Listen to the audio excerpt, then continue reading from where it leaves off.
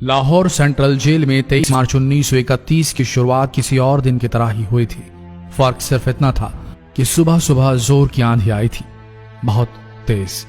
लेकिन जेल के कैदियों को थोड़ा अजीब सा लगा जब 4 बजे ही वार्डन चरत सिंह ने उनसे आकर कहा कि वो अपनी अपनी कोठरियों में चले जाएं। उन्होंने कारण नहीं बताया था। उनके मुंह से सिर्फ ये निकला कि आदेश ऊपर से है। अभी कैदी सोच ही रहे थे कि माजरा क्या है। जेल का नाई बरकत हर कमरे के सामने फुसफुसाते हुए गुजरा कि आज रात भगत सिंह, राजगुरु और सुखदेव को फांसी दी जाने वाली है। उस क्षण की निश्चिंता ने उनको झकझोर कर रख दिया। कैदियों ने बरकत से मनुहार की कि वो फांसी के बाद भगत सिंह की कोई भी चीज जैसे पेन, कंघा या घड़ी उन्हें ला कर दें ताकि वो अपने पोते पोतियों को बता सकें कि कभी वो भी भगत सिंह के साथ जेल में बंद थे। बरकत भगत सिंह की कोठरी में गया और वहां से उनका पेन और कंघा ले आया। सारे कैदियों में होड़ लग गई कि किसका उस पर अधिकार हो। आखिर में ड्रॉ निकाला गया, लाहौर कॉन्स्पिरेसी केस। अब सब कैदी चुप हो चले थे। उनकी निगाहें उनकी कोठरी से गुजरने वाले रास्ते पर लगी हुई थी।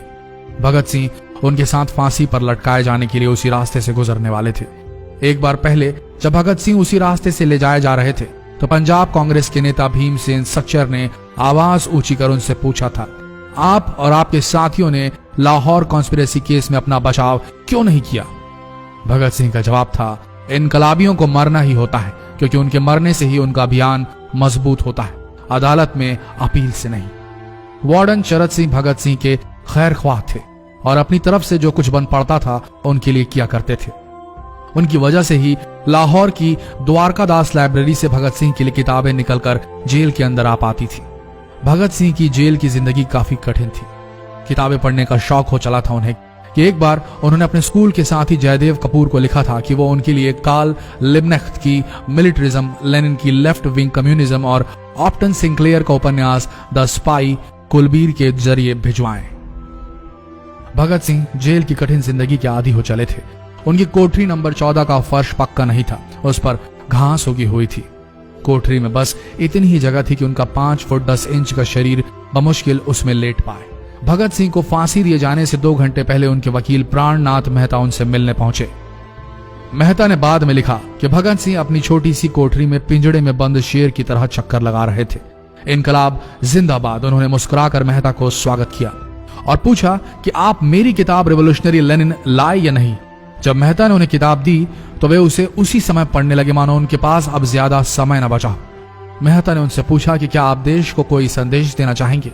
भगत सिंह ने किताब से अपना मुंह हटाए बगैर कहा, सिर्फ 2 संदेश, साम्राज्यवाद मुर्दाबाद और इनकलाब जिंदाबाद। इसके बाद भगत सिंह ने मेहता से कहा कि वो पंडित नेहरू और सुभाष चंद्र बोस को मेरा धन्यवाद पहुंचा दे जिन्होंने मेरे केस में गहरी रुचि ली थी। भगत सिंह से मिलने के बाद मेहता राजगुरु से मिलने उनकी कोठरी पहुंचे। राजगुरु के अंतिम शब्द थे, हम लोग जल्द मिलेंगे। सुखदेव ने मेहता को याद दिलाया कि वो उनकी मौत के बाद जेलर से वो कैरम बोर्ड ले लें जो उन्होंने उन्हें कुछ महीने पहले दिया था।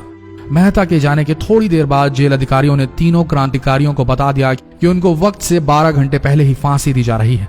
अगले दिन सुबह 6 बजे की बजाय उन्हें उसी शाम 7 बजे फांसी पर चढ़ा दिया जाएगा। भगत सिंह मेहता द्वारा दी गई किताब के कुछ पन्ने ही पढ़ पाए थे। उनके मुंह से निकला, क्या आप मुझे इस किताब का एक अध्याय भी खत्म करने नहीं देंगे? भगत सिंह ने जेल के मुस्लिम सफाई कर्मचारी बेबे से अनुरोध किया कि वो उनके लिए उनको फांसी दिए जाने से 1 दिन पहले शाम को अपने घर से खाना जरूर लाएं। लेकिन बेबे भगत सिंह की इच्छा पूरी नहीं कर सके क्योंकि भगत सिंह को 12 घंटे पहले फांसी देने का फैसला ले लिया गया और बेबे जेल के गेट के अंदर ही नहीं घुस पाए। थोड़ी देर बाद तीनों क्रांतिकारियों को फांसी की तैयारी के लिए उनकी कोठरियों से बाहर निकाला गया। भगत सिंह, राजगुरु और सुखदेव ने अपने हाथ जोड़े और अपना प्रिय आजादी गीत गाने लगे।